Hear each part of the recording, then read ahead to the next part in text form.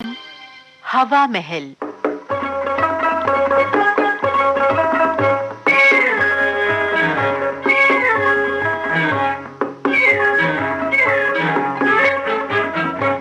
आज हवा महल में धारावाहिक नाटक रानी नागफनी की कहानी, इसका पहला भाग हम आपको सुनवा रहे हैं।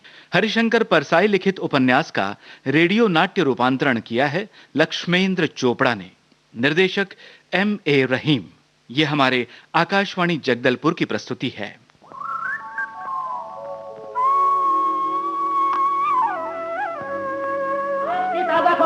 आज की ताजा खबर, बीए अंतिम का रिजल्ट आउट, बीए अंतिम का रिजल्ट आउट, बीए अंतिम का रिजल्ट आउट, बीए अंतिम का रिजल्ट आउट, बीए अंतिम का रिजल्ट आउट।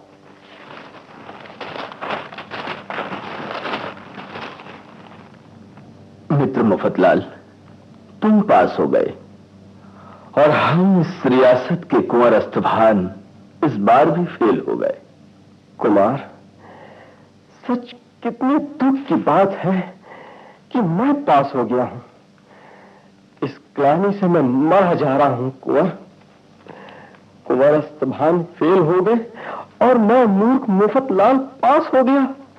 हाय, इतना बड़ा अपराध। सच कुंवर, आप तो मेरा सर कटवा लीजिए। मुफतलाल, ये क्या कह रहे हैं? मुझे मत रोकिए कुंवर, मत रोकिए। हाय, मैं अपना ये काला मुंह अब कहां छिपाऊं? सच कुंवर, अगर हम दूसरी मंजिल पर नहीं होते, ग्राउंड फ्लोर पर होते, तो मैं यही कहता, हे धरती मां, तू फट जा और मैं तुझ में समा जाऊं। मित्र, दुखी मत हो। होने पर किसी का बस नहीं। तुम्हारा ही बस चलता तो तुम हमें छोड़कर कभी पास नहीं होते। धन्य हो कुंवर। सच कुंवर, आप महान हैं, धन्य है आप। पर ये अखबार वाले क्यों हमारे पीछे पड़े हैं? एक में भी हमारा नाम नहीं। भला ये भी कोई बात हुई? जिसका नाम अखबार वाले छापे वो पास कहलाए और जिसका ना छापे वो फेल हो जाए। मुफतलाल, कुंवर, हमने तय कर लिया है। क्या कुंवर? पास होने के लिए हम अपना अखबार निकालेंगे, तुम उसके संपादक रहोगे। तुम हमारा नाम फर्स्ट डिवीजन में छापना। पर कुंवर, मेरे छाप देने से विश्वविद्यालय कैसे मान लेगा? क्यों? इन अखबारों की बात कैसे मान लेता है विश्वविद्यालय? कुमार, पास फेल तो विश्वविद्यालय करता है, यह अखबार तो इसकी सूचना मात्र छापते हैं बस। सखा, हाँ? अब हम आत्महत्या करेंगे। हम 4 बार बीए में फेल हो चुके हैं। फेल होने के बाद आत्महत्या करना वीरों का कार्य है। हम वीरों के कुल के हैं। कौन? नहीं मुफतलाल, अब हमें मत रोको। हमें तो पहली बार ही फेल हो जाने पर आत्महत्या कर लेनी चाहिए थी, पर हमने विश्वविद्यालय को 3 और मौके दिए। नहीं, अब हमें आत्महत्या कर ही लेना चाहिए। जाओ मुफतलाल, इसका प्रबंध करो। कुंवर, मन को इतना छोटा मत करिए। आप ऊंचे खानदान के आदमी हैं। आपके कुल में विद्या की परंपरा नहीं है। आपके पितामह तो अंगूठा लगाते थे, पिताश्री 12 खरी के आगे बढ़े ही नहीं। ऐसे कुल में जन्म लेकर आप बीए तक पढ़े, इसी बात पर आपका सार्वजनिक अभिनंदन होना चाहिए। कुमार, ये पढ़ना लिखना ये तो सब छोटे आदमियों का काम है। हमें नौकरी जो करनी है ना, आप क्यों विद्या के चक्कर में पड़ते हैं? मित्र, हम तो दुविधा में पड़ गए हैं। तुम तो जानते हो, हम तुम्हारी ही सलाह मानते हैं। अब तुम ही बताओ, अब हम क्या करें? हम तो सोचते हैं कि आत्महत्या कर ही डालें। जी हां, कर ही लीजिए। या सोचते हैं अभी ना करें? जी हां, मत करिए, मेरा भी ऐसा ही ख्याल है। 1 साल और रुक जाते हैं, अगले साल कर लेंगे। क्या कहते हो? जी, जी हाँ, मैं भी यही सोचता हूँ, अगले साल ही करिए। पर फेल तो अगले साल भी होना है, क्यों नहीं हम आत्महत्या आज ही कर डालें? जी हाँ, जैसे तब वैसे अब कर ही डालिए। सच मित्र, इसीलिए तो हम तुम्हारी इतनी कदर करते हैं। तुम बिल्कुल स्वतंत्र और नेक सलाह देते हो। तुमसा सलाहकार पाकर हम धन्य हो गए। ये तो कुमार की कृपा है। मैं तो छोटा आदमी हूं, पर इतना अलबत्ता है कि जो बात आपके भले की होगी वही कहूंगा। आपको बुरा लगे या भला, मुंह देखी बात मैं नहीं जानता। हम जानते हैं मित्र। तो ये तय रहा, हम आत्महत्या करेंगे। कुंवर मित्र, कुंवर, पर अब यहां मेरे गुजर कैसे होगी? मेरा तो कोई और सहारा ही नहीं है। मैंने तो आपके सिवा किसी को जाना ही नहीं है कुंवर। मित्र, हम जानते हैं हमारे सिवाय तुम्हारा कोई सहारा नहीं है, पर तुम चिंता क्यों करते हो? हम डिप्टी कलेक्टरी के लिए तुम्हारी सिफारिश कर जाएंगे।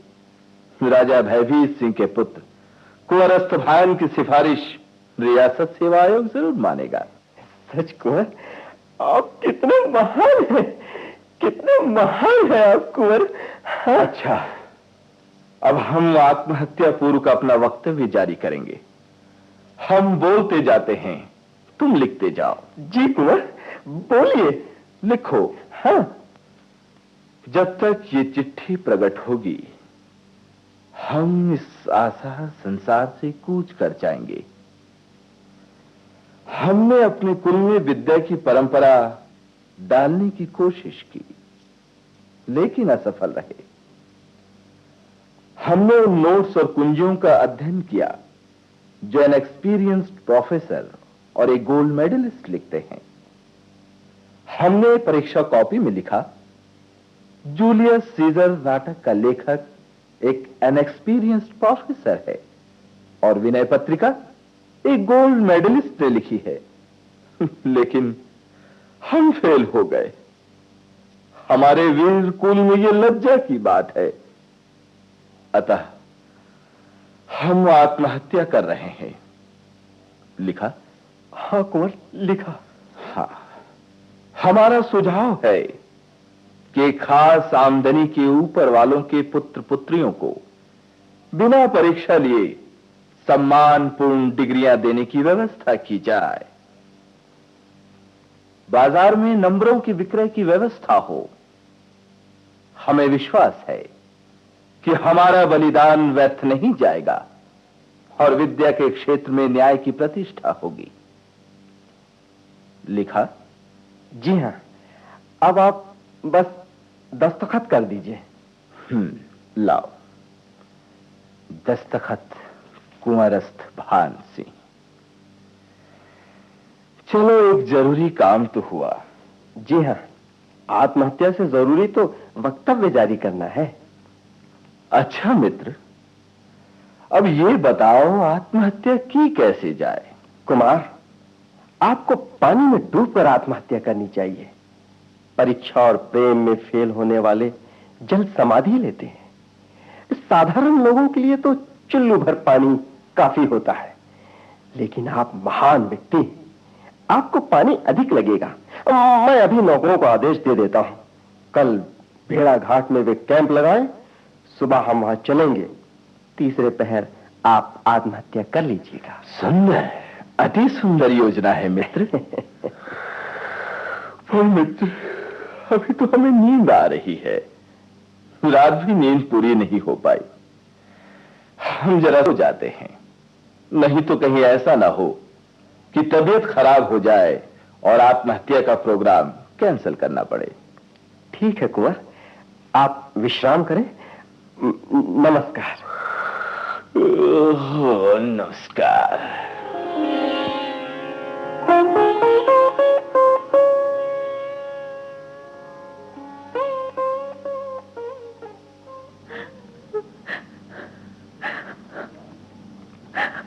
राजकुमारी नागफनी, थोड़ा धीरज धरो।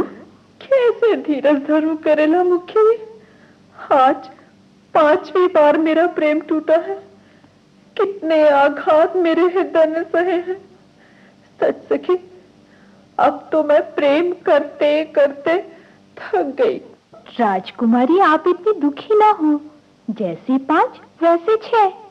एक ट्रायल और करो। नगर सेठ के लड़के उड़ाऊ मल से प्रेम करके देखो, वो जरूर या तो शादी कर लेगा या आत्महत्या। नहीं करेला मुखी, अब नए प्रेम का उत्साह ही नहीं रहा। अब तो मैं आत्महत्या करूंगी। ये आप क्या कह रही हैं राजकुमारी? नहीं सखी, मैं बिल्कुल ठीक कह रही हूँ। मेरी आत्महत्या के लिए वे कायर पुरुष जिम्मेदार हैं जो न तो मुझ पर प्राण दे सके और न ही विवाह कर सके। मैं अपनी बहनों को यह संदेश देना चाहती हूँ कि जब तक कोई पुरुष आत्महत्या या विवाह करने का वादा न करे, उससे भी प्रेम न करे। पर राजकुमारी, पर कुछ नहीं अब सखी। बस ये बता, आत्महत्या की अच्छी विधि क्या होगी? उसका क्या है राजकुमारी? कई स्त्रियां तो दूसरी स्त्री के अच्छे जेवर कपड़े देखकर ही प्राण त्याग देती हैं, पर निराश प्रेमिकाएं जल समाधि लेती हैं। आपको भी चाहिए कि कल सुबह भेड़ाघाट चलकर जल में प्राण विसर्जित कर। नहीं सखी, वहां तो बड़ा गहरा पानी है। नहीं, मुझे डर लगता है। नहीं राजकुमारी, डर की कोई बात नहीं। गर्मी की ऋतु में पानी वहां काफी कम हो जाता है। फिर ठीक है राजकुमारी, मैं भी आपके साथ उस लोक में चलूंगी। नहीं मेरी प्यारी करेला मुखी, अभी तो तूने किसी से प्रेम किया ही नहीं। अब तू मन लगाकर प्रेम करना। तेरा विवाह हो गया तो मेरी आत्मा को बड़ी शांति मिलेगी। पर मेरा कौन सहारा होगा राजकुमारी? घबरा मत, मैं तुझे इतना धन दे जाऊंगी कि तुझे कभी कोई कमी नहीं रहेगी। अच्छा, अब तू जाकर आत्महत्या का प्रबंध कर, मैं जरा आराम कर लूं। अच्छा राजकुमारी जी। रानी नागफनी की कहानी, इस धारावाहिक नाटक का पहला भाग अभी आपने सुना। हरिशंकर परसाई के उपन्यास का ये रेडियो नाट्य रूपांतरण किया लक्ष्मेंद्र चोपड़ा ने। निर्देशक M.A. रहीम। हमारे आकाशवाणी जगदलपुर की यह प्रस्तुति थी। इस धारावाहिक नाटक का दूसरा भाग हम आपको सुनवाएंगे कल के हवा महल कार्यक्रम में। अब आज का हवा महल कार्यक्रम समाप्त होता है।